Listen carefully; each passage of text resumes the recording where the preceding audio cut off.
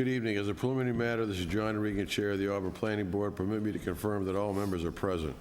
Members, when I call your name, please respond in the affirmative. Duarkesh Nalin. Present. Ronald Brooks. Present. Sierra Samara. Present. Jason Assarifi. Present. Glenn Feldman. Here. Town officials and employees participating, when I call your name, please respond in the affirmative. Town Planner Dr. Adam Menard. Here. Staff Assistant Daniel Chamberlain Roberts. Here. Good evening. This open meeting of the Town of Auburn Planning Board of Tuesday, April 9, 2024, now called to order at 7 p.m. This meeting is being conducted as a hybrid format under Chapter 22 of Acts of 2022. This meeting, the Planning Board is convening in person and by remote access. The remote access information has been posted on the town's website identifying how the public may join. Please note that the meeting is being recorded by Auburn Cable Television. Is there anyone here in the audience tonight that is recording tonight's meeting? Seeing none. Accordingly, those members of the Planning Board, employees, and members of the public who participate remotely, please be aware that other folks may be able to see you. Please take care not to screen share your computer. Anything you broadcast may be captured by the recording. Please rise and join us in the salute to the flag. To the flag of the United States of America and to the republic for which it stands, one nation, under God, indivisible, with liberty and justice for all. All supporting materials that have been provided to the members of the body are available on the town's website. I would like to remind the audience, applicants, town administration, and each of the planning board members to please refrain from asking questions in regards to all matters discussed this evening without first being granted my consent. Each vote taken in this meeting will be conducted by a roll call vote. First on the agenda tonight is applicant J.P. Morgan Chase requesting special permit and site plan approval under section 3.2.5.11 of the Auburn zoning bylaw for a bank with a drive-through at 368 Southbridge Street, Auburn, Mass. 01501, map 33, parcel 81. Is there anyone here representing J.P. Morgan Chase? Oh, it's Todd, huh? Yes, Mr. Chairman, if you don't mind just hanging on 1 minute, we're just going to pull up some visuals.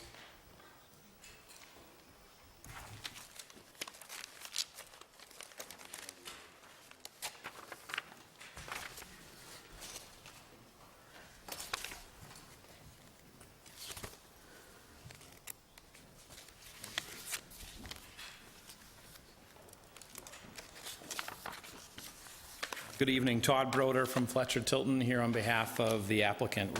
We're here tonight, I'm here with Nick Dewars from Bowler Engineering, and we're here tonight to discuss with you J.P. Morgan Chase Bank branch facility at this particular location.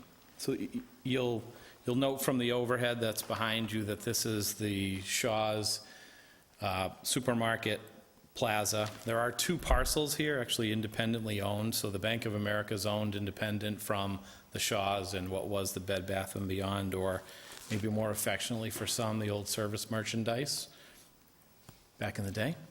So this particular facility that we're going to propose is an infill development project, a bank branch at this location. It's in the Drury Square Village District. So this location does mention that we're going to have a drive-through. It's a drive-through ATM only. We had some of that discussion at DCG, and it is important for the bank to have a drive-through, drive-up ATM rather. There is also an additional ATM at the front of the facility in the vestibule for walk-up folks, but there is a drive-through. It's a single lane with an escape lane, as we'll show you on the plans once we get going. The entire parcel is 6.23 acres. The Chase facility that we're proposing is a little over 3,300 square feet, so it's a modern bank branch facility, not overly large. This will result in a reduction of the overall parking on the site. Currently, there are 330 spaces that service the entire plaza, the Shaw's, the Bed Bath, and the other parking that's there. We'd be reducing that by 33 spaces. The zoning bylaw requires 183, so we're still 100 plus in excess of what the zoning bylaw otherwise requires, but it is a reduction of those available spaces by 33. So Nick's going to run you through some of the, the site features, and I'm sure you'll have questions, and we can dig into the details We did get a few comments from staff, DPW. We'll address those, and we know we need to go through the review process with Graves Engineering, and we weren't provided that letter yet. I'm not sure that it came in yet. So we do expect that we will be continuing on to a further hearing, but we do want to have this initial discussion, get your feedback, get any of those details handled that we can handle, so we have one plan set revision and come back and hopefully satisfy the board on the various items and concerns that there may be. So, Nick, you want to? Yeah. Thank you, Todd. For the record, Nick Dewhurst with Bowler. We're the civil engineers on the project. Forgive me if I repeat anything Todd already said, but I'll just kind of run through sort of a high-level overview of the project for you all. So, as Todd mentioned, the site is 368 Southbridge Street. It's a 6.23 acre parcel that comprises the Shaws and the vacant additional commercial use that was the Bed Bath & Beyond. The site's bounded by, as you can see here, 290 to the west, Swanson Road to the south, Southbridge Street to the east, and the high school to the north. The proposed project, really the area that we're kind of focused on here is kind of this easterly portion of the lot, really kind of the portion that fronts Southbridge Street. A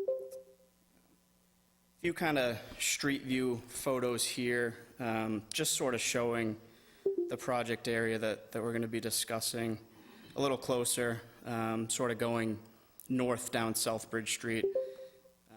Again, here's the Bank of America building here, what was Bed Bath & Beyond back here, the athletic fields for the high school here.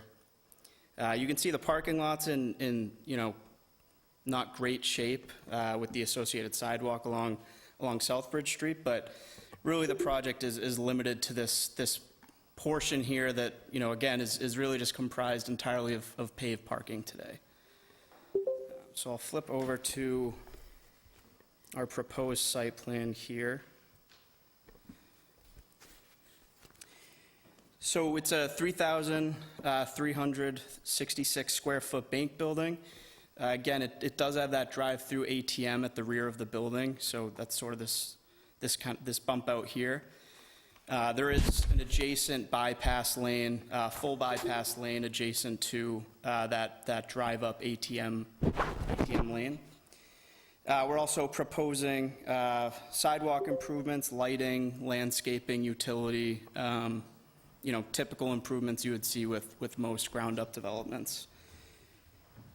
One thing I want to point out is, as I'm sure many of you are aware, within the Drury Square Village District, there is that 10-foot maximum setback from Southbridge Street that's required. So really, that's why our building is kind of up against Southbridge Street. We are within that 10-foot setback.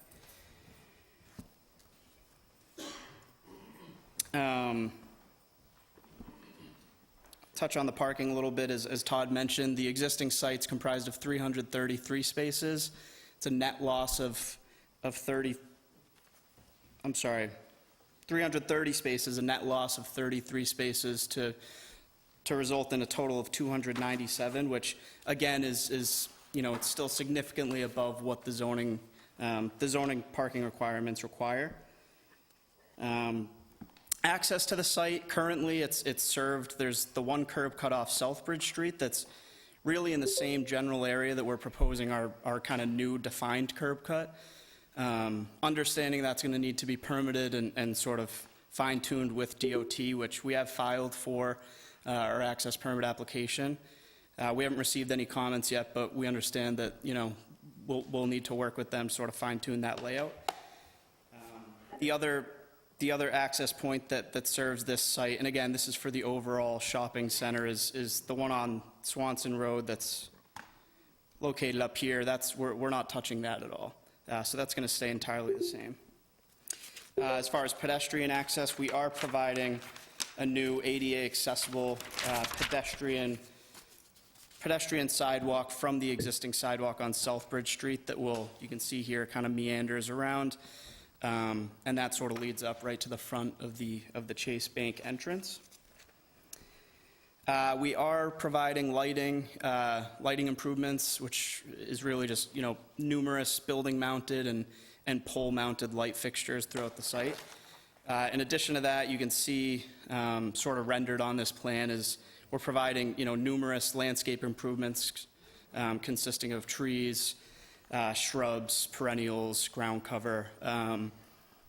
Really, the way we see it, again, this portion of the lot is just entirely paved and parking area today, so I think we're actually adding about over 4,000 square feet of pervious landscape surfaces. So we really see it as an improvement specifically along the streetscape along Southbridge Street.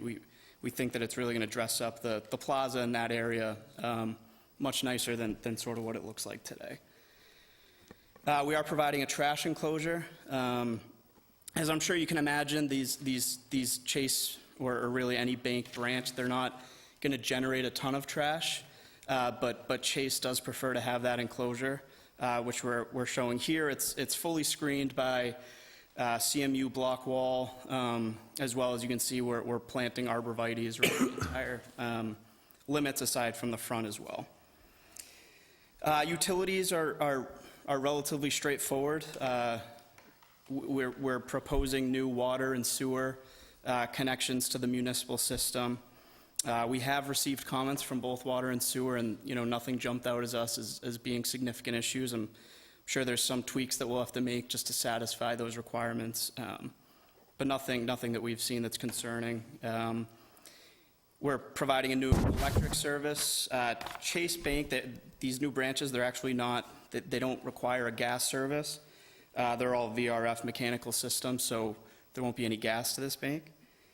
And as far as stormwater, we are proposing some stormwater improvements. There's some existing infrastructure out here that we're going to be maintaining as best we can.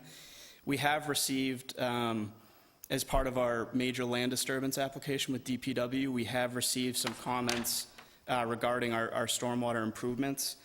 I've spoken with Emma over at the engineering department, and we understand there are some additional improvements that we're going to have to make. When I spoke with Emma, I think we sort of agreed upon what, our thoughts are as far as best approach to address those comments, and we're perfectly comfortable and confident that we'll be able to address all stormwater issues. Well, not issues, but requirements that the DPW has out here. So those improvements aren't included on the plans that were initially submitted to the board, but we will be working closely with DPW to address those comments. As Todd said, we are awaiting peer review comments from Graves. We have had a few different comment letters from different town staff trickle in. We haven't jumped on those and started revising things yet. We figured we'd sort of wait for Graves' comments and sort of hit them all at once. We did actually catch up with Jake over at the fire department yesterday. He had a handful of comments regarding, fire access around the site, and we had a really productive conversation, and think we also have sort of a game plan moving forward there to address those comments. Really, that's all I have. Happy to answer any questions that the board has. If you want me to go into detail on anything else, I'm happy to do that as well. Does anyone in the audience have any questions for this gentleman? Being none, anybody on the board have any questions for him? Glenn? Sierra? No. Rakesh? One question, Chair.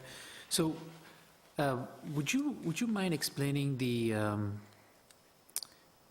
drive-through lane? So. Sure. Yeah, so as I mentioned, there is the primary drive-up ATM lane. Again, there's no teller window associated with this. It's strictly that ATM machine. So that will be located at this bump out here. And then this other lane that's sort of just outside of that is a full bypass lane. So if for any reason emergency vehicles, you're in the queue and need to exit that ATM and there's a car in front of you, you can escape out of that lane. So it's a pretty standard ATM operation, just with that bypass lane.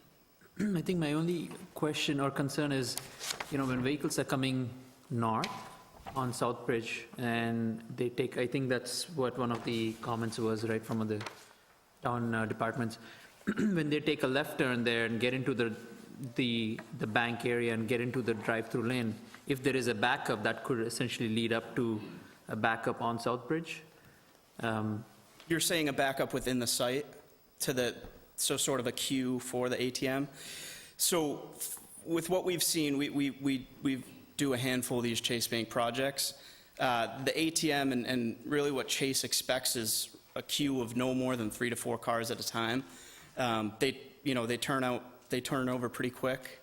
Again, there's no teller window or interaction, so it's pretty limited functions on that ATM. So we don't anticipate that being an issue. We feel that the length that we're providing here from a queuing capacity standpoint is certainly adequate and maintains the standards that we provide on a lot of the typical Chase Banks that we've done. Could the queuing happen from the west side? So You're saying up here? Yeah, so instead of coming in from Southbridge, can the queuing happen from where? Reverse it? From the other side? So I think the issue there is it would take some pretty significant interior, customizations of the building to relocate that ATM. This is sort of a typical and standard Chase floor plan that they prefer. Again, we really don't see the queuing and the stacking at the ATM being an issue spilling out onto the site. And to be honest, I think we have room for 4, potentially even 5 cars in here, which is more than we would ever anticipate seeing at a time. If there was ever, additional vehicles, we feel, comfortable that it could be managed within the site and wouldn't create any adverse impacts to the traffic within Southbridge Street or really the overall plaza, and affect the operations of the other tenants. Thank you. I think one last observation or question is on I think in the narrative you talked about the DOT or the traffic assessment study. Yep. Has the DOT reviewed that? Is that part of the application? I'm sorry? Is that part of the access permit application? I don't believe I'd have to double check. I don't know if DOT is concerned too much about the actual, trips in and out of the site. It's more layout of the driveway. But we do, we provided that traffic assessment to you folks. So I'd have to double check. Again, we did submit that application. It's done all online, so I'd have to double check if we did upload that or not. But yeah, I can look into that and get you an answer, absolutely. So to the right of the bank, beyond that landscaped island, you've created a new roadway that will feed Shaw's and Bed Bath & Beyond building? Correct, yeah, it's sort of a more defined drive aisle as from what exists today. You can see sort of fainted in the background the yellow parking lines, and really the parking in the existing condition sort of goes all the way up to that property line. I think there's a few feet of buffer, so you can see we are adding additional landscaping there. Again, it really will just help sort of define that curb cut a bit better and kind of direct vehicles in a way that doesn't really exist out there today. It's sort of just a sea of pavement, and the pavement markings are sort of faint, so we're hoping this will kind of clean things up, at least, this portion of the property. And if you haven't already said it, dumpster location? Yep. Snow storage? Yeah, so we didn't show snow storage specifically on our site plan that was submitted to the board. We're happy to do that. Again, we're creating about 4,000 square feet of new landscaped area, so we feel there's adequate space for snow storage. We have a pretty significant landscape island here, and then we're creating that additional buffer along this property line as well that we feel could hold, a significant amount of snow. And the trash enclosure is, I don't know if you can see the pointer, but it's located here. And again, that's fully screened by both CMU block wall and arborvitaes. Question. Can you speak to traffic heading southbound turning into the lot going into Shaw's? Currently, as it stands now, most people turn right and go right into the parking lot rather than go to the traffic light and up Swan Road. So was that taken into account? Because I imagine that would create a significant amount of traffic. Yeah, so we did submit a traffic assessment. I believe they touch on the existing access points and the new altered access point. These banks really aren't significant traffic generators. We don't see, I forget what the numbers are, they're in that report, but it's really a handful of additional trips to the plaza from both curb cuts during peak hours. I can't speak a ton specifically to those numbers just because I'm not the traffic consultant, but I'm happy to if you have any specific questions that the traffic assessment doesn't answer, I'm happy to take those to the team and the traffic consultant and provide additional information if required. I guess my concern is almost, because having driven by a million times, people just kind of drive into the parking lot Yeah. any way they want. So now I feel like a bottleneck is being created a little bit over there. So I just want to make sure that kind of gets addressed so we don't have any issues. So you're saying bottleneck, sorry, where specifically? Right, going, at your curb cut right there. At bypass lane, right? Yeah.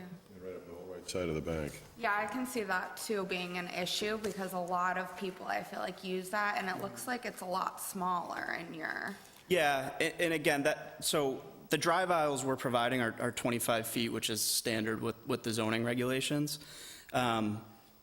I believe DOT, they're going to want similar 24-foot throat at the driveway. So as far as narrowing the existing curb cut, we certainly are I don't think by a ton. I think it's really just a few feet. And again, it's really just to kind of bring it into the town standards and DOT standards. But we can certainly take a look at, with our traffic consultant if they expect any sort of queuing or congestion issues in this area here. Yeah, happy to take an additional look at that. They don't really just take a right and go into Shaw's. They take an angle shot over to Bank of America. Which they Yeah. do to avoid the light, so. Yeah, well, I mean, That means hopefully that- this sort of cleans things up a little bit and defines the traffic patterns within at least this portion of the site. Well, what's gonna happen is they're gonna take a right going into your bank, or say they wanna go to Bank of America. They gotta go up, you're gonna cut through your little parking area there between your landscape and your bank, over to Bank of America, creating more traffic through there and pedestrian problems coming out to people getting to their parked cars. That's what I see. The other thing I see is you have the property owner to the left where Bank of America is listed as Worcester County Institution for Savings. They haven't existed in I don't know how long. Okay, yeah, I can take a look at that. Yeah, we had a full Alta survey done of the entire parcel, and that's who they listed, or the entire parcels, and that's who they listed as the property owner, but we can certainly double check that and fix it if So needed.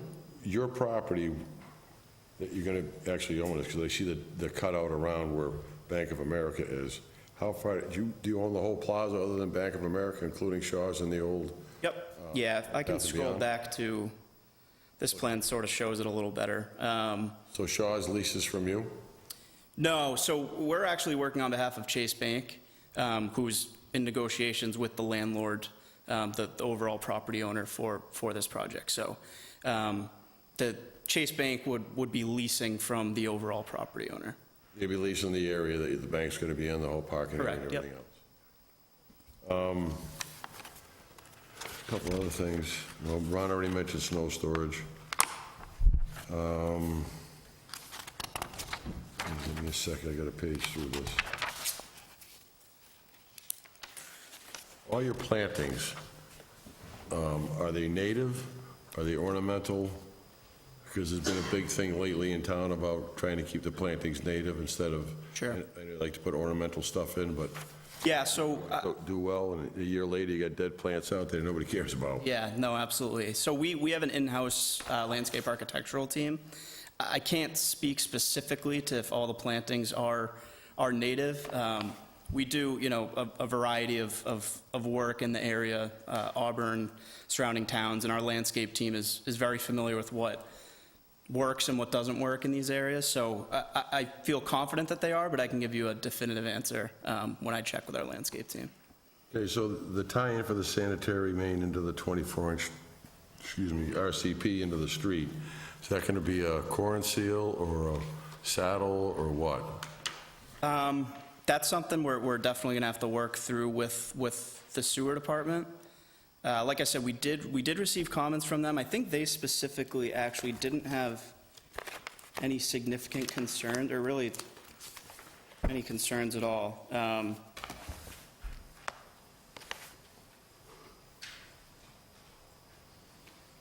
Yeah, they did not, in their sort of review letter, they didn't specify what connection they prefer, but we can reach out to them and sort of further coordinate that with them.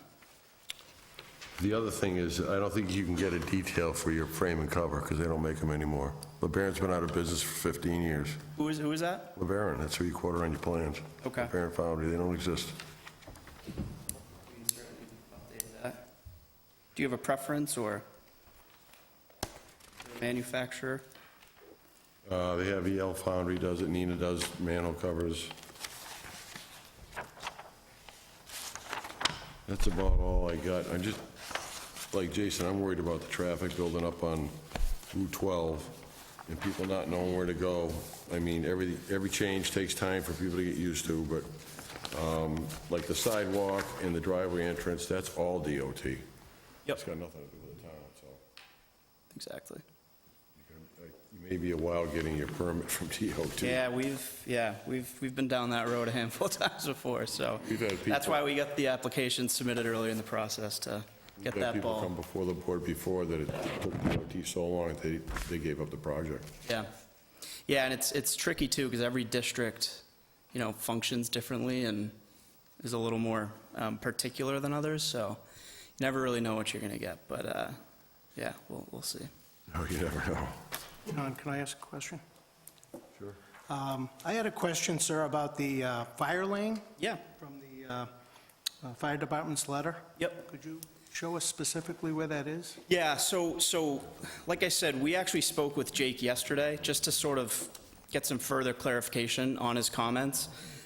So really what he's asking for is us to just provide a turning movement for the, you know, standard Auburn fire apparatus into the site without really impeding on the adjacent traffic lanes.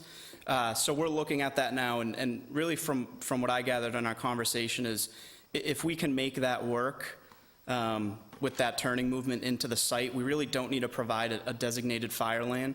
The drive aisle, you know, that serves the other vehicles can sort of act as that fire lane. I think all he was looking for was a minimum width of 20 feet, which our drive aisles are 24 feet. Again, there's certainly some further coordination that's going to need to be done between us and Jake, specifically with the fire department. But we feel confident that the layout that we're providing now won't be changing really too significantly based off of any changes we make to address fire's comments based off our discussion with Jake. I kind of put the cart before the horse here. Can I have a motion to open the hearing? I'll make that motion. Can I have a Go again. second? All those in favor? Glenn? Aye. Aye. Don? Aye. Jason? Myself, aye, it is a vote. Sorry. Do you have any other questions? Question, what's your projected timeline? This just, As far as construction? yeah. I really can't speak to that. Typically, what we've seen with Chase is they put shovels in the ground relatively quickly after, you know, going through the entitlements process. If I had to put, you know, an approximation to it, I would say maybe a late summer, early fall start date. But again, I really don't know. Best case scenario.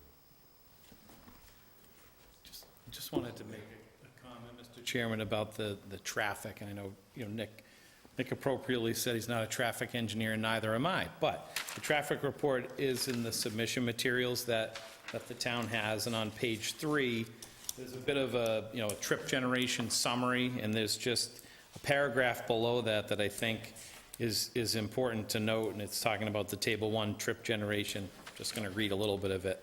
The proposed bank is expected to generate approximately 6 new vehicle trips, 4 entering and 2 exiting, during weekday morning peak hours, approximately 17 additional new vehicle trips, 8 entering, 9 exiting, during the weekday afternoon peak, and approximately 18 additional new vehicle trips, 9 in, 9 out, during the Saturday midday peak hour. So not a lot of new traffic generated by this particular project. No, it's just getting people used to going all the way by the bank, taking left to Bank of America or going to Shaw's. I went through the plaza today, and, you know, you go in, and it's, which way do I go? Which way do I want to go? Right? But this will help, because it's going to define the traffic pattern. It will take a trip or two for some to figure it out, but eventually, the right in, and okay, I'm going to go down. I don't think people are going to cut through that bypass lane. I don't think that's going to happen, but I could be wrong, right? But they have the ability to go around, and now they might find it's more useful to go straight to the light. You know, people may alter their patterns, but this, you know, isn't going to generate a whole lot more traffic than is there right now. So my next question is, in the fall of every year, that parking lot is full of spectators that watch the game.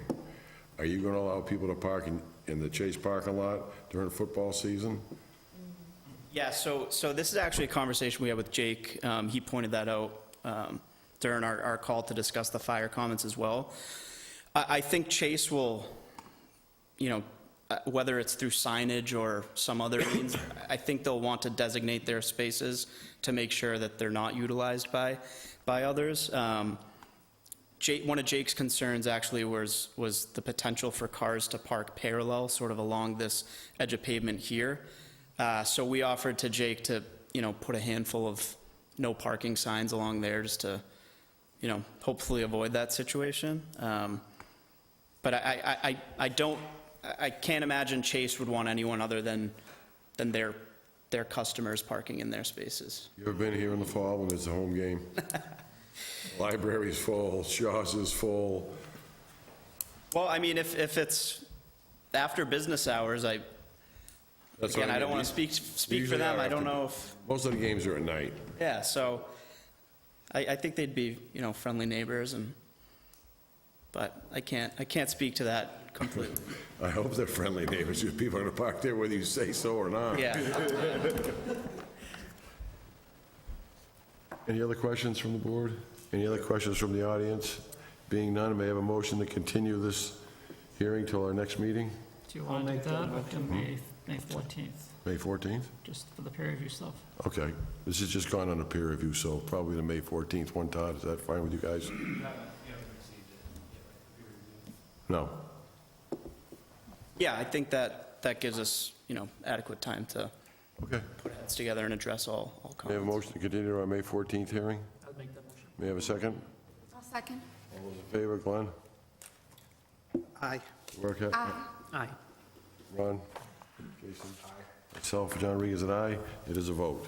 Thank you, gentlemen. Appreciate it. Have a good night. Yay, government.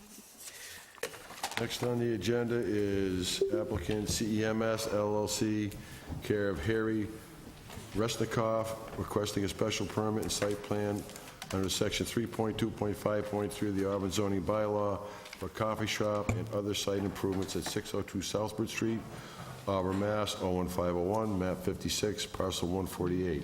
May I have a motion to open the hearing? So moved. May I have a second? All those in favor? Aye. Aye. Myself, John Regan, and I. The hearing is now open. Is there anyone here representing CMS LLC?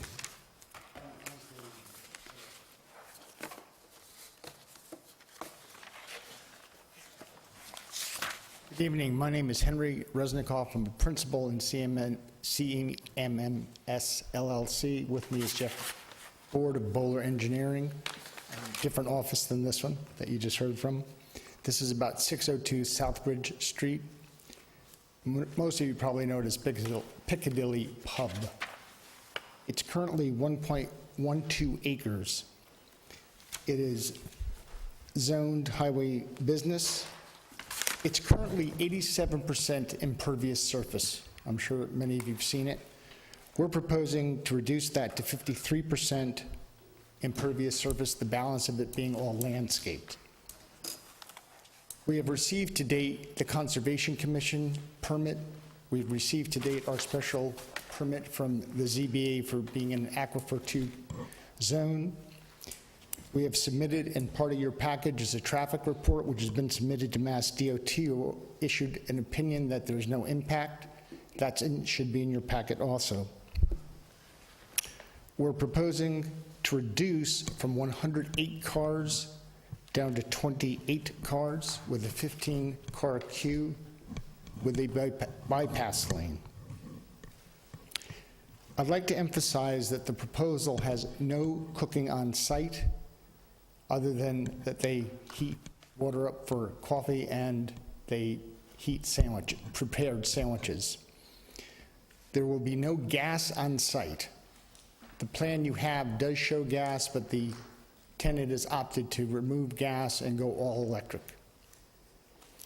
Regardless, we are still installing a 1,500-gallon grease trap just to have it there for protection.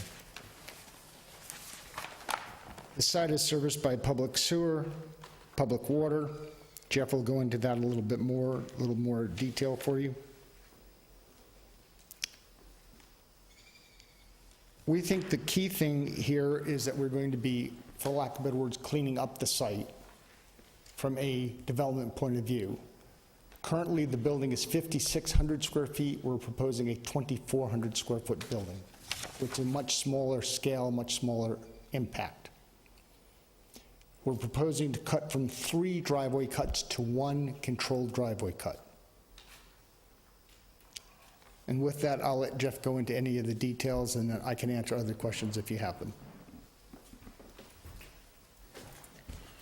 Thank you, Henry. For the record, my name is Jeff Board, a professional engineer with Bowler Engineering.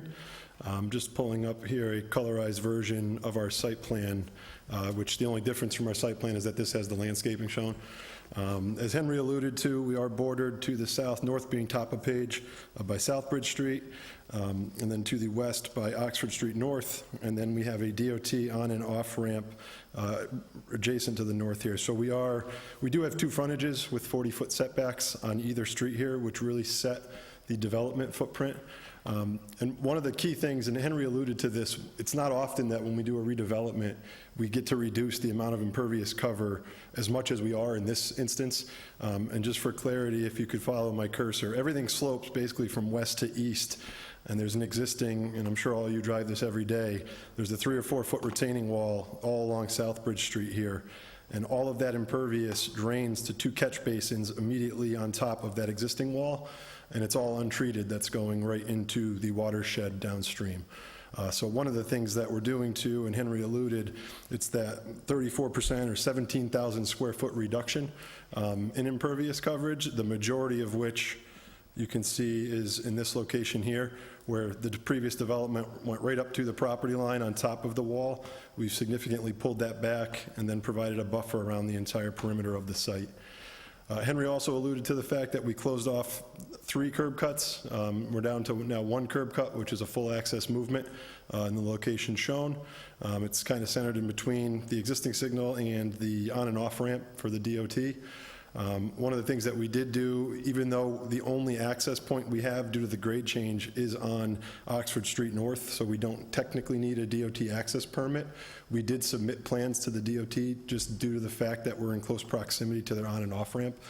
They reviewed the traffic study, the volume counts that were generated and included in this package, and had no concerns. And that report basically stated that there'd be no adverse impacts to the traffic network going from that 6,000 square foot restaurant to the 2,400 square foot coffee shop with the drive-through here. Counterclockwise circulation. Again, the landscaping that is proposed complies with the zoning regulations. We did verify that we provided the frontage buffer requirements. We do have native species, including canopy trees, evergreen trees, 31 shrubs, a series of ground cover, and then different conservation seed mixes in some of the new landscaped areas. And then again, The stormwater, as I alluded to, there's currently no water quality treatment off that existing parking lot. We're not only taking what was in 7 to 10% cross slope going through that parking lot, so that water was really ripping untreated to those catch basins. We're flattening it out a bit, just in the grading plan, and then we're capturing all the stormwater in a series of deep-hooded sump catch basins that are all offline, and then that go through and are routed through a hydrodynamic separator to treat total suspended solids, and that's prior to it exiting the site. One of the other things to note in this instance, with the retaining wall being here, we've made every effort necessary not to disturb that retaining wall, so the entire development leaves that wall completely intact, and the only things that we're tying in over here are the stormwater pipe, which connects to one of the existing stormwater structures here on top of that retaining wall after being treated, and then there's a sanitary manhole that we're picking up on top of the existing lateral that comes through that wall with a doghouse manhole on top of that pipe. Regarding lighting plan, everything is dark sky compliant LED fixtures throughout. And then ENS will be installed in accordance to the regulations with silt sacks on the inlets, inlet protection, silt fence along the perimeter, construction entrance, et cetera. So with that, I can open it up for questions. I know Henry and I will be happy to answer any questions you guys may have here. Anybody in the audience have any questions for the gentleman? You go up to the podium, up here to the first seat, speak into the microphone, identify yourself, please.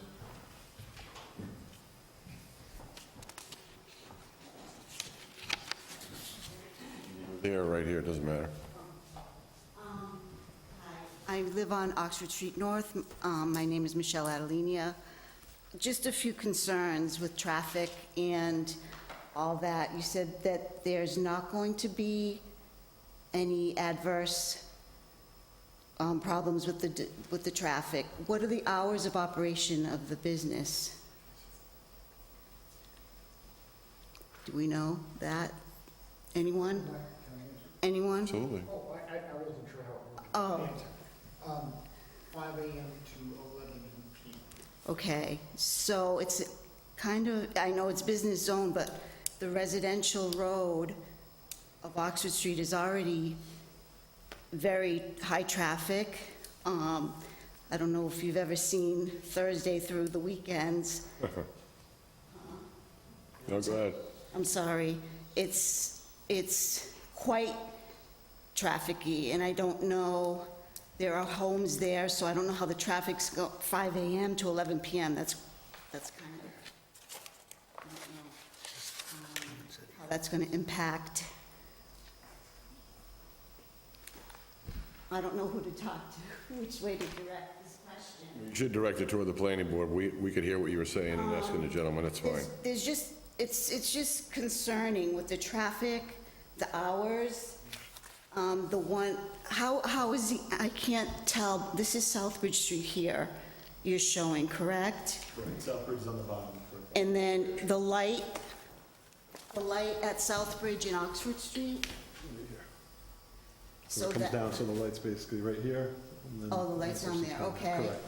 And that's your entrance, one entrance and exit? Correct, and those other entrances, there was one up top Right, here, one in correct, the middle, and then one down correct. there. Okay, so Okay. I'm just more concerned on the hours of operation with our road, 5 a.m. to 11 p.m. traffic. I don't know. Anyone else from the neighborhood? I don't know who's here. Okay. Thank you. You're welcome. Excuse And I'm me. very, Excuse me. Could you identify yourself again? We didn't catch that. The secretary didn't catch that. My name, Michelle Adelina.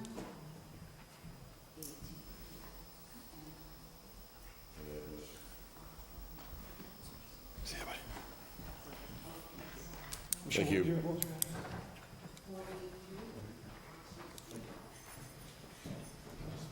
So similar to the previous applicant, I too am not a traffic engineer. I know we did have the traffic study that was prepared that spoke to no adverse impacts, and we were kind of benefited in this regard. Normally, we can't go to the DOT until we get local approvals.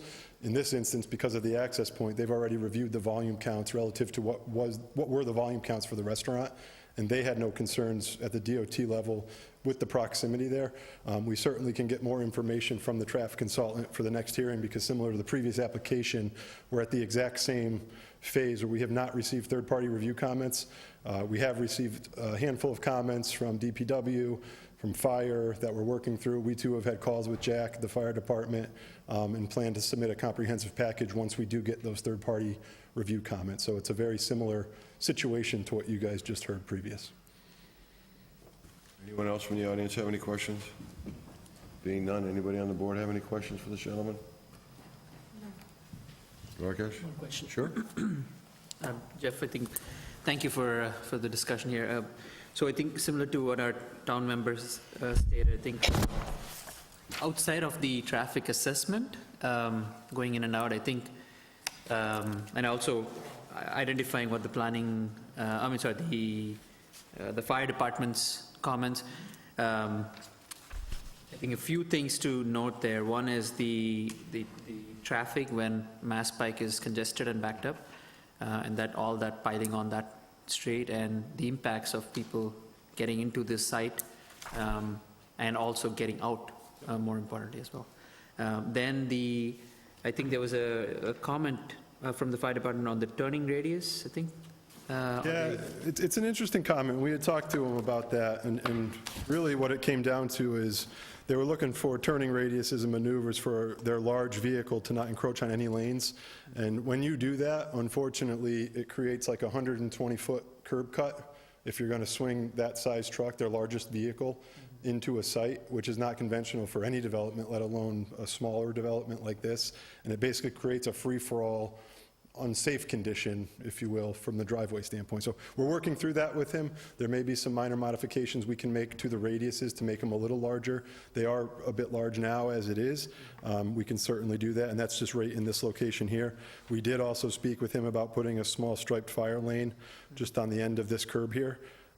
So I think we can get there with him, and when we submit back addressing the third-party review comments, we'll have a full response to comment letter addressing all outstanding concerns. No other questions, Chair? Yep. Comment about the backup.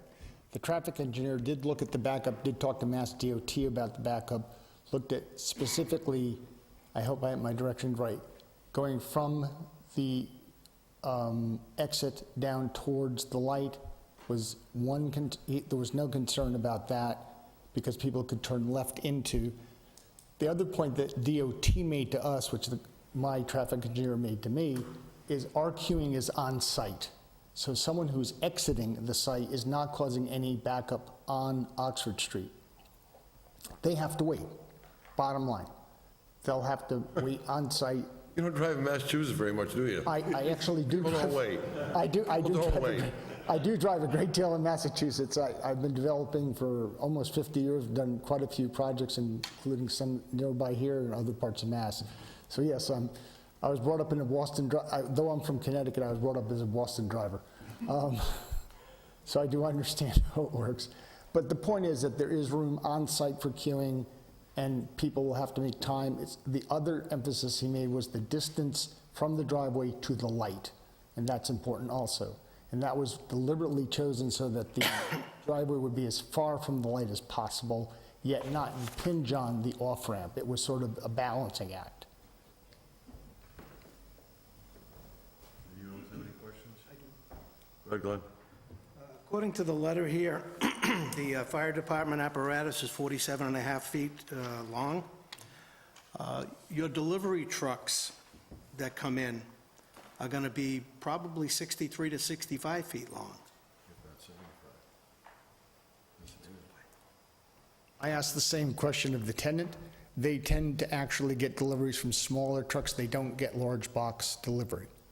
That there may be one occasionally, but in general, it's smaller van size delivery. I'm a driver myself, and I hope that's the case, but I I've asked the same question, believe me. I've never seen one of these stores get a delivery from less than a 48-foot trailer. I will double check. Actually, one question, Henry or Jeff. The site itself, so it says it has 6 employees. Is there access inside, or is it just drive-through only?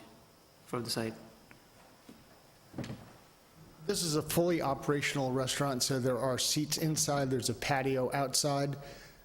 Their peak employee, I believe it's the AM, is 6 employees. And I think what she told me is the peak PM is 5 employees. Any other questions? Rod, go ahead. Yeah, I have a concern with the exit where it is. Now, you just spoke of the distance from that exit to the traffic light. And what is that distance? Like, if you went out the exit, I'm doing this from memory. I believe the traffic engineer said it's 150 feet. That's a queuing of approximately 6 to 7 cars. so you come out that exit, and if you want to go south down Southbridge Street, you come out, go straight across, and then it's 150 feet approximately down to the light. That's correct.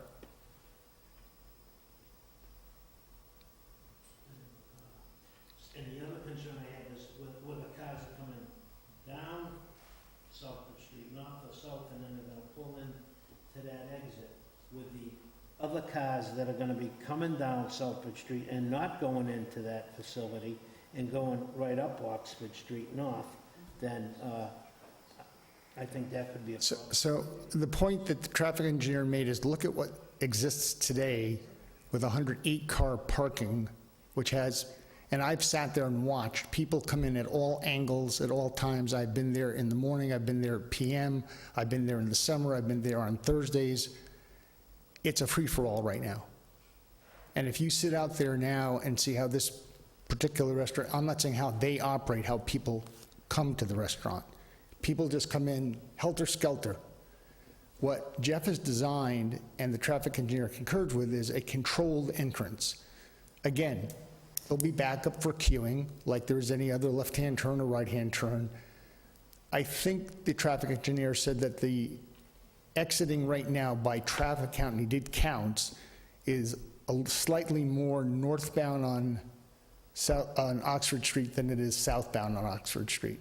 So it's not quite 50-50, it's a little bit split, but beyond that. It's in the report. I'm trying to do it from memory, so you'll forgive me. And your queue lane is from once you enter that exit, and you sweep up around the building to where you start to come down or order or come out the windows. And about how many cars can you queue in there? 15. And it does have an escape lane also. Any questions, Jason? Okay. I got a couple. I'd like to know what all the cloak and dagger is about, because all I read through here is quick serve breakfast shop, quick serve breakfast shop. Let's call it what it is. It's a frickin' Starbucks. And I want to know why Starbucks, they must be making way too much money to tear down a building, to rebuild a new one, when they already got a permit to put one up on Route 20, right behind just the other side of Burger King and the old bank. They already had the queuing in and everything. I can't answer their a company strategy. I do know that when I enter into any tenant, and not just this particular tenant, I'm forced to sign an NDA, a non-disclosure agreement, and they're very emphatic about the developer honoring that NDA. I've honored it for 50 years with tenants, from Home Still a Depot. Starbucks. I can't publicly say that. No, but I can. As I said, I can't. Let everybody know it is a Starbucks. I mean, if you don't come clean at what it's going to be, then I'm not going to be, I'll be the first one in line to say no. If I don't know what's going in there, why would I say yes? And your controlled exit entrance, quote unquote, you say you have a 15-car queue? Well, what happens when that 15-car queue is filled up all the way to that entrance and they start backing up on Route 12? Your traffic engineer did not go out there in peak time, because I've driven that intersection every day for the last 21 years. And I've seen that intersection backed up at 5 o'clock in the morning, past the exit from 290, all the way to the police station. So now you're going to get somebody coming out of Starbucks to try to make a left-hand turn.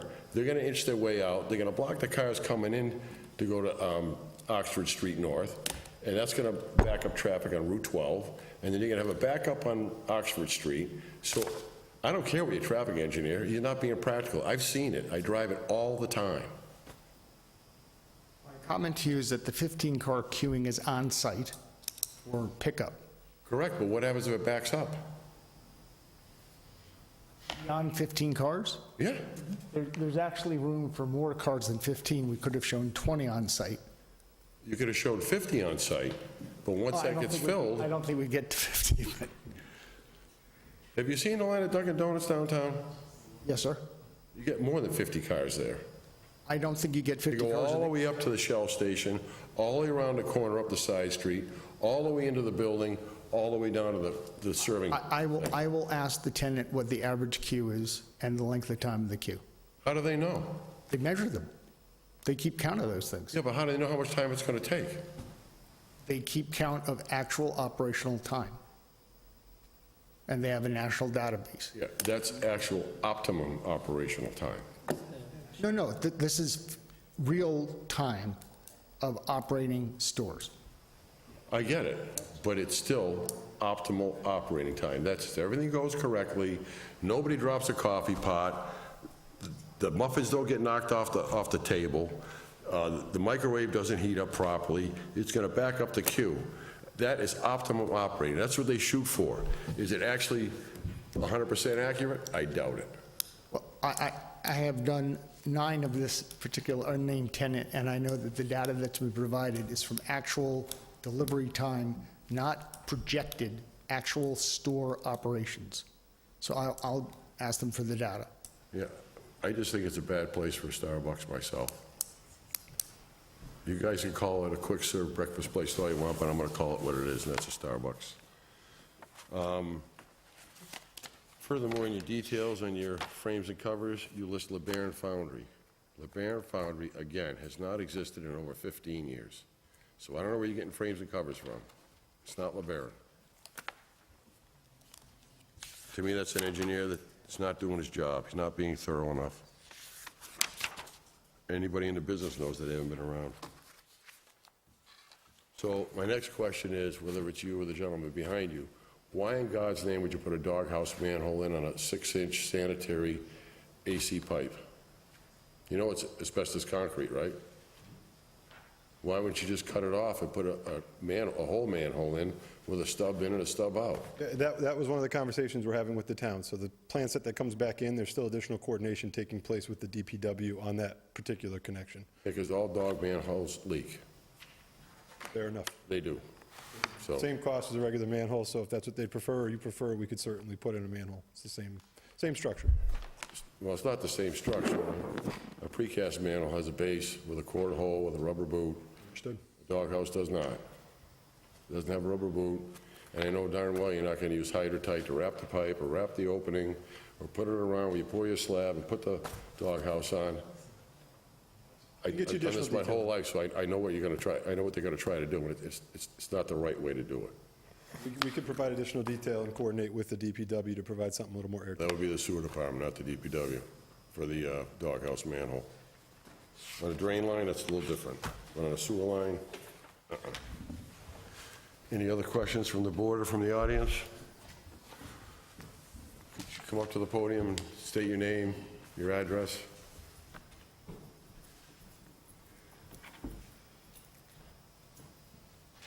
Hi, my name is Rambo Adelina, same as my wife, Adelinia is the last name. First name is spelled Rambod. I'm currently resident at 483 Oxford Street, and I was listening to some of the development, and what is missing, essentially what the Oxford Street actually north is a cut through from Worcester all the way to the Auburn to Mass Pike. Absolutely. And what's happening is, when you get a trailer truck that comes out of this exit 12, you're talking about 150 feet of space for 5, 6 cars. When you get a trailer parked there, there's no way to get out. That's 150 right there. So what's happening is, this is, as gentleman mentioned, is already backed up by the police station. It's about 1.5 miles. If I want to get to the Shaws to come to my house, it takes me about half an hour, 45 minutes. If I want to reroute myself to Southbridge Street to come that way, based on the timing and spaces that this operation is going to happen with just one entrance, 150. I mean, I don't think that's realistic. What needs to happen is potentially, if I want to take the route to come home, it's always going to be traffic as a resident to get in and out. So 5 a.m., rush hours, like the engineer said, I don't know where they get this information from, but reality is summertime comes, peak hours between 5 to 11 o'clock. Already Bentley is causing a lot of traffic because I live there. I go by it every day for 35 years. So I just want to make that note to what I see as, I don't think that's reasonable for the residents of Oxford Street North, based on what I see by the design, but one opening, if you expanded opening, that to me is right on the light. It doesn't mean anything to me about 150 feet of space for the cars. That's all I'm saying. Appreciate it. The traffic engineer that did the study and the design, he has not been out there, especially the week of Thanksgiving, because the Mass Pike backs up, so 290 backs up, so people try to get off 290 to get around to get to the entrance to the Mass Pike that way, and that backs up the road, and that backs up Oxford Street even more. Same at Christmas time. It's the same thing. So I don't know where we go from here, but your entrance being so close to the intersection, you're kind of between a rock and a hard place, because you have the exit from 290, and you got the entrance onto Route 12 from Oxford Street, and the state has the right arrow, but you can't see the right arrow when you pull up to the stop line like you're supposed to. It's already above your head. You can't see it in a small car. You can't even see it in my pickup truck, and I'm high enough. It should have been across the street. That whole intersection needs to be redesigned. Absolutely. That place used to have two entrances. There used to be one on Southbridge Street, but the state took it away when they redid Route 20, I don't know, 20 years ago, 30 years ago. That might have made a difference, but coming in and out of that one driveway and then coming back out in peak hours, I don't know. I have my doubts. Any other questions from the board? Any other questions from the audience? May I have a motion to continue the hearing to our May 14th? That seems doable. To our May 14th meeting? So moved. May I have a second? Second. All those in favor, Glenn? Aye. Rakesh, Aye. Ron? Aye. Myself, John Reed, and I. Let's continue to the next meeting. Thank you, guys. Welcome. Next on the agenda is amendments to Section 9.3.12 accessory apartments of the Auburn zoning bylaw. Proposed changes include size limitations and allowing for detached accessory apartments. May I have a motion to open the hearing? So moved. May I have a second? Second. All those in favor? Glenn? Sierra? Aye. Rakesh? Ron? Jason? Aye. Myself, Jeremy, and I. It is now open. You gonna make the presentation? You're gonna make the presentation? Yeah, I'll talk. Okay. So the zoning bylaw review committee has been reviewing the accessory apartment bylaw for the past year or so. The intent is to address some of the challenges we currently have with permitting accessory apartments and to try to allow having in more places. Currently, you can only have an accessory apartment that is attached to a single-family house. So if you have a detached garage, you can't put an apartment above it. That is going to be changing if this passes town meeting, as well as allowing slightly larger size apartments in certain cases.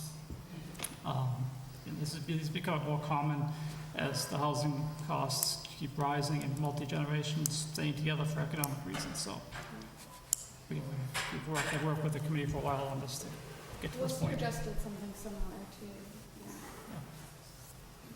Anybody else have any other questions for Adam? I have one question. Is this going to affect, we went through the whole tiny house thing where for the in-law it could be 20 feet from the house and their own separate. Is that going to have any effect on that, or is that going to still stay in force? That's allowed? No, it's separate from the tiny homes. These are already controlled by building code to some extent. They currently require a special permit in ZBA, so there's that check on them, and it'll still require a special permit.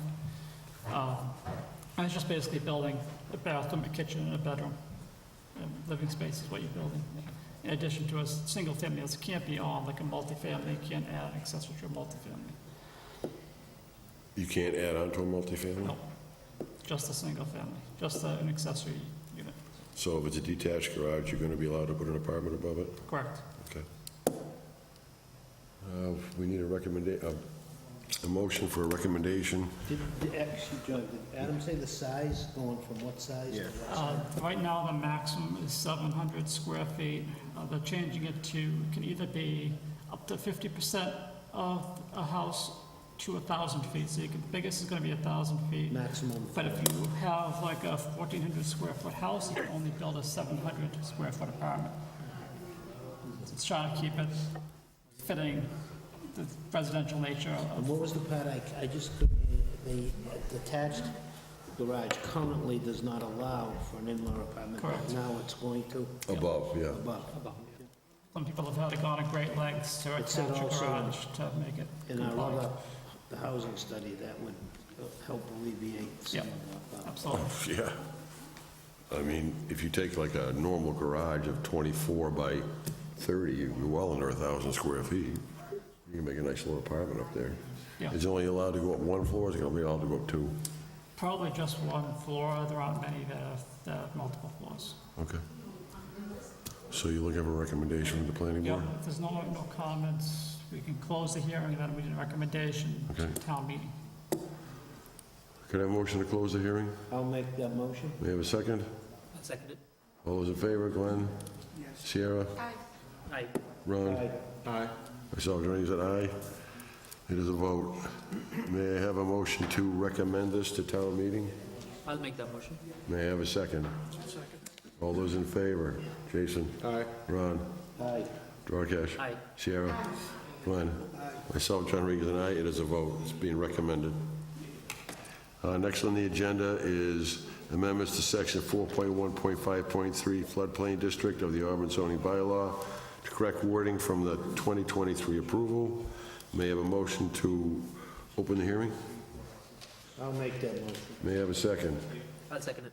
All those in favor? Glenn? Sierra? Aye. Duarkesh? Ron? Aye. Jason? Myself, John Regan, aye. The hearing's now open.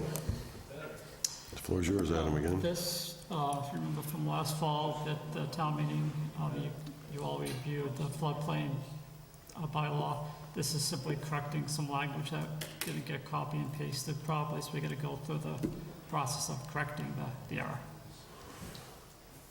What does that correction consist of? Do you know off the top of your head? The language was in your packet.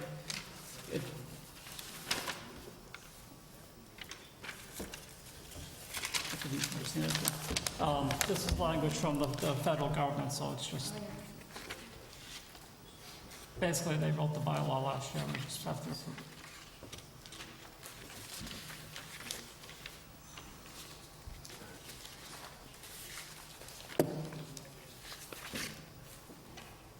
I can see the mistake. Yeah. Yeah. Does anybody have any questions regarding that? Any from the audience have any questions regarding that? May I have a motion to close the hearing? So moved. May I have a second? All those in favor, Glenn? Aye. Sierra? Aye. Duarkesh? Ron? Aye. Jason? Myself, John Regan, aye. The hearing is now closed. May I have a motion to recommend this to town meeting? I'll make that motion. May I have a second? All those in favor? Glenn? Sierra? Aye. Aye. Duarkesh? Ron? Jason? Myself, John Regan, aye. It is a vote, and we recommend it to the town.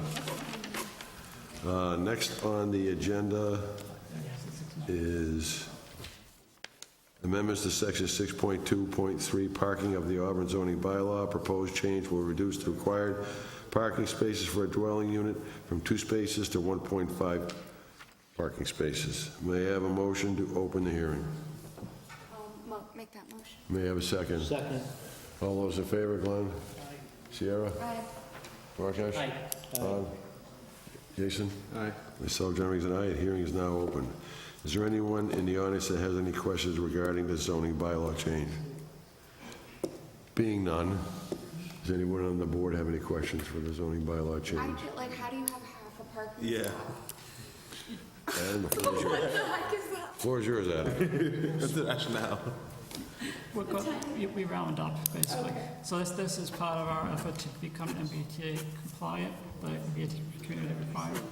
Currently, this is all we have to do to become compliant, according to my last run-through of their crazy statistical Excel sheet, is just rounding up.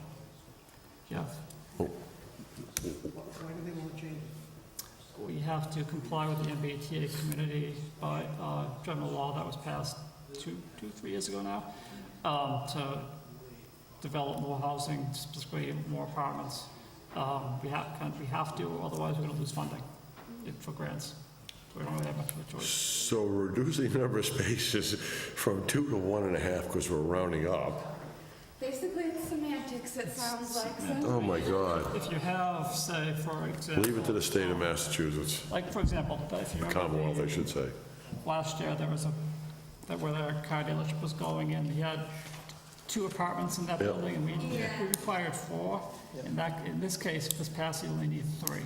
So it's just, if there was a 3-apartment building, you need 4.5 spaces.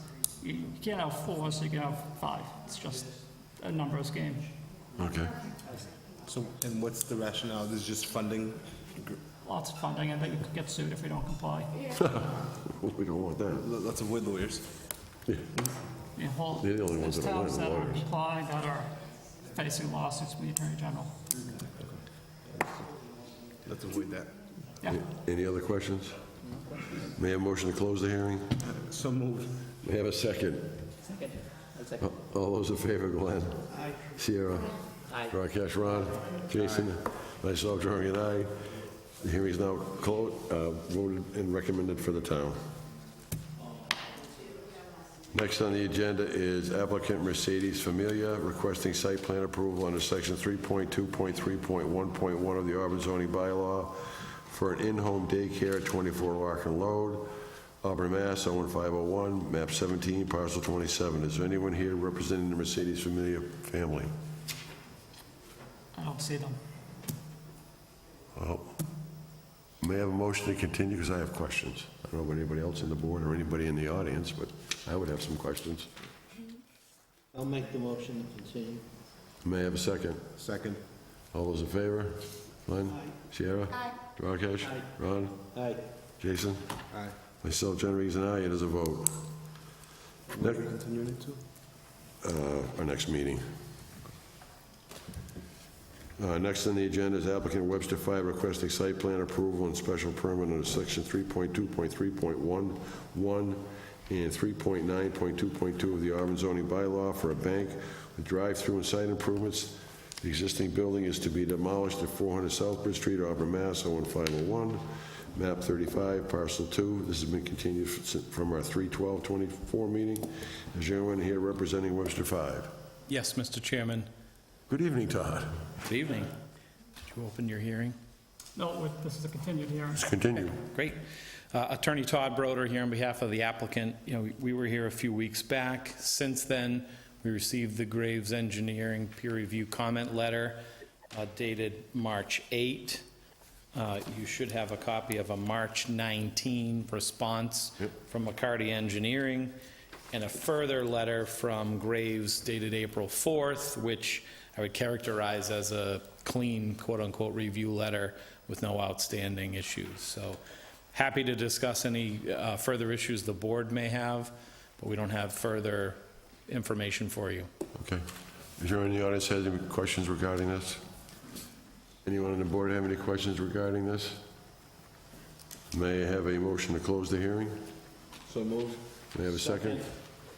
All those in favor? Glenn? Aye. Sierra? Rakesh? Ron?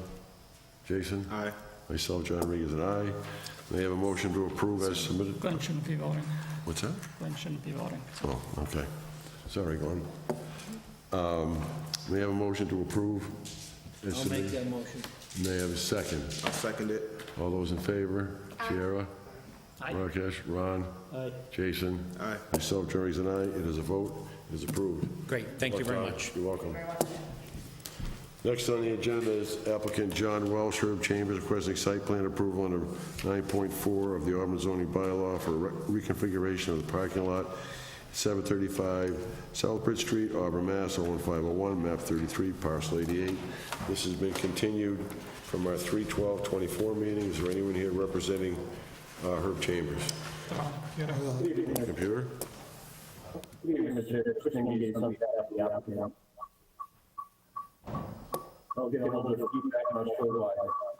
getting a little bit of feedback. We're getting feedback here.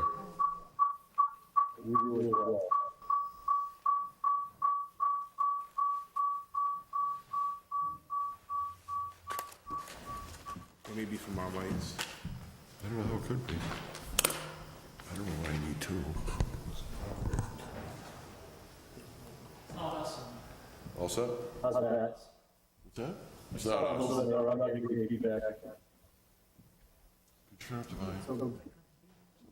Sorry, you're a little bit muffled. Members of the board, my name is Christian Dominguez, and I'm representing the applicant. We can't hear you. Do you have a set of earphones with a microphone that we can hear you clear? No, I'm using a large microphone. Coming through with an echo, we can't even understand you. How about now? Still can't understand you.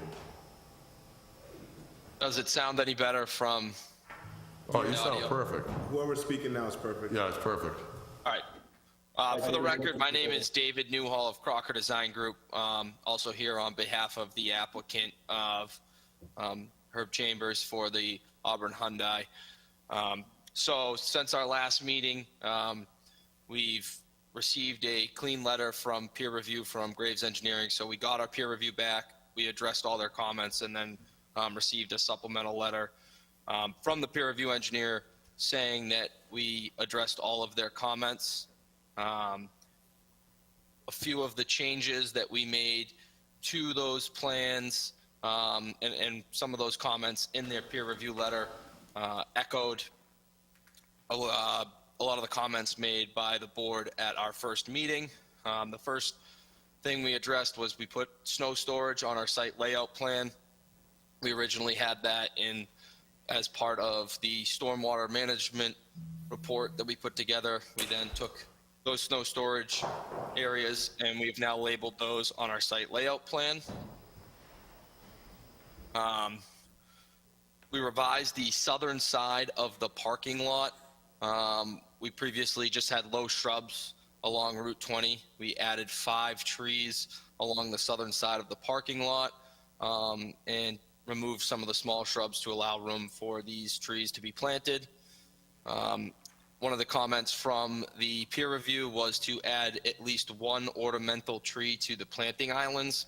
So the only non-native species on our landscape plan are the requested ornamental trees, which are in our landscape islands within the parking area. We revised some calculations within our stormwater management report that addressed some questions that Graves Engineering had. Some were just some minor calculations, nothing materially changed on the plans themselves.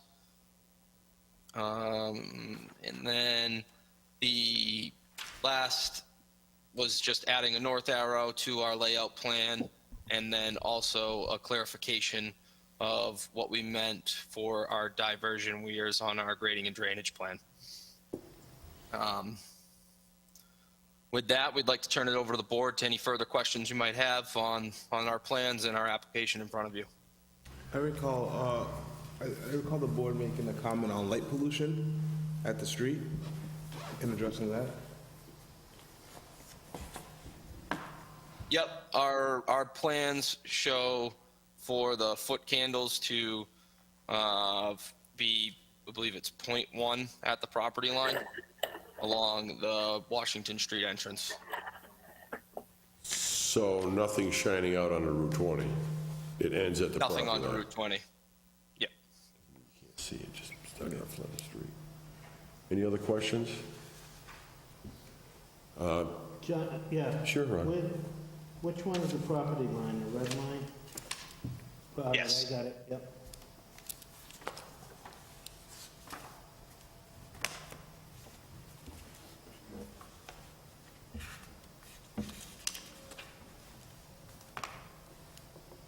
And I hope that all of our Supposed to be zero at plans the are stated property. properly as That's what well. he said.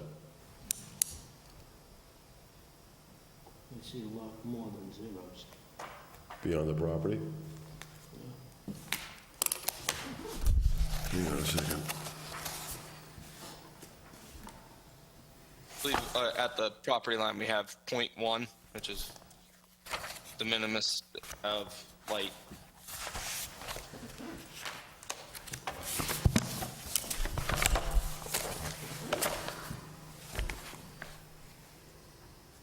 Can you clarify, is the red line your property line or your proposed project line? That is the property line, the red line. So just a quick question, why is it .1 beyond the property line instead of 0? Right, the next line past that, which is actually, looks like the curb for the roadway, it looks like it is 0. But between, whether that's, call it a walkway or a green space going down the road, it says .1. I don't understand why it's .1 when it's supposed to be 0.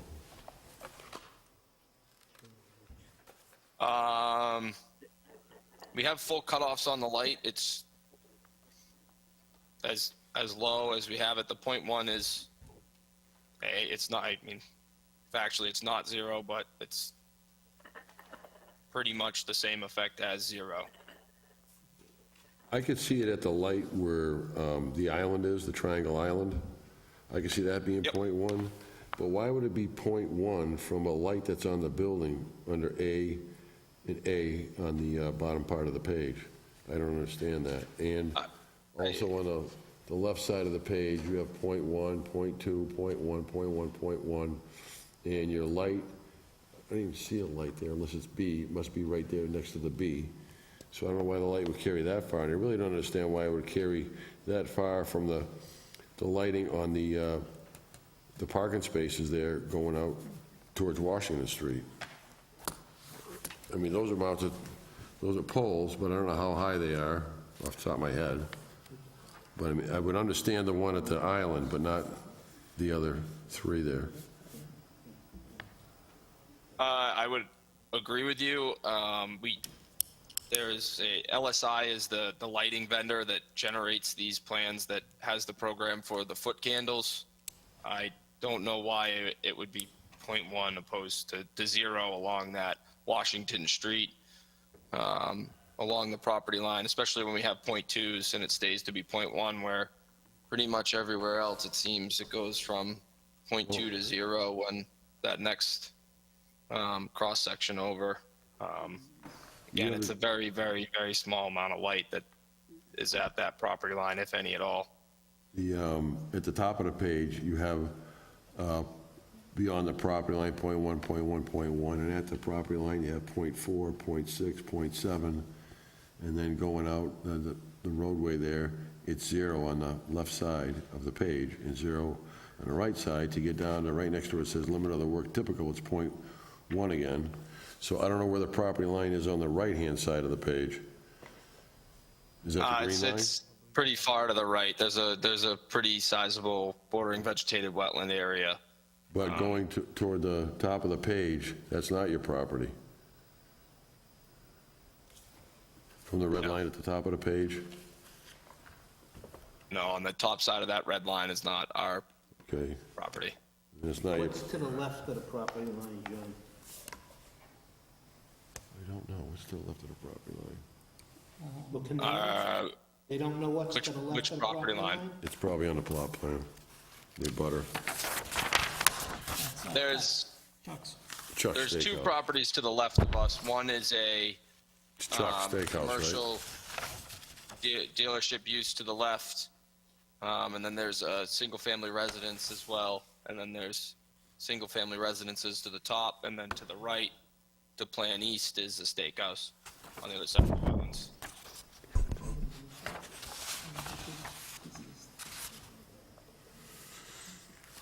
Because other than that lighting, it's pretty much a clean set of plans. I mean, could we recommend this with the contingent upon that light being changed to 0 beyond the property line? Yeah. Okay. I move that we approve, oh, sorry. May I have a motion to close the hearing? I'll make that motion. May I have a second? I'll second. Rakesh? Aye. Ron? Aye. Jason? Aye. Myself, John Reed, and aye. May I have a motion to approve the plan with the contingent upon it being resubmitted to the town showing zeros beyond all property lines? So, I make that motion? May I have a second? I'll second it. All those in favor? Aye. Rakesh? Aye. Ron? Jason? Myself, John Reed, and aye. It is a vote. Thank you, gentlemen. Great, thank you, everybody, for your time tonight, and You're welcome. rest of your evening. Next on the agenda, do you have any discussion under other business? No, Any modification, any seen? May I have a motion to approve the minutes of 3/12/2024? I'll make that motion. May I have a second? I'll second. All those in favor? Sierra? Aye. Aye. Rakesh? Ron? Aye. Jason? Myself, John Regan, aye. It is a vote. There's no new business unforeseen by me. Any member, town planner update? just, I will not be here at the next meeting. I will plan on calling in, arrange for somebody to everything up and start the meeting and stuff, but, probably while I was pushed off, because I don't think they'd be ready anyways to have us on next agenda. I won't be at the next meeting either.